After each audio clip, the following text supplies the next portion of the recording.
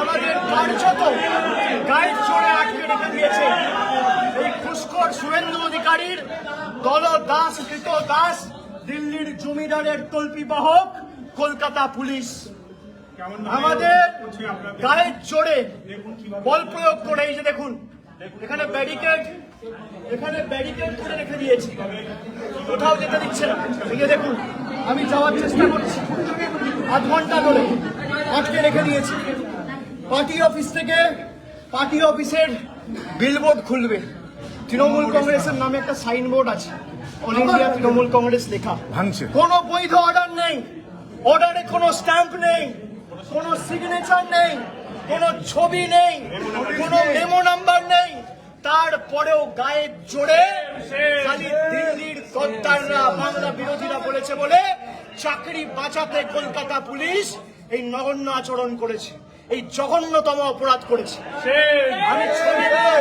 আমি ছবিগুলো যারা আজকে এই পিছনে যুক্ত আপনাদের দেখাচ্ছি, দেখুন।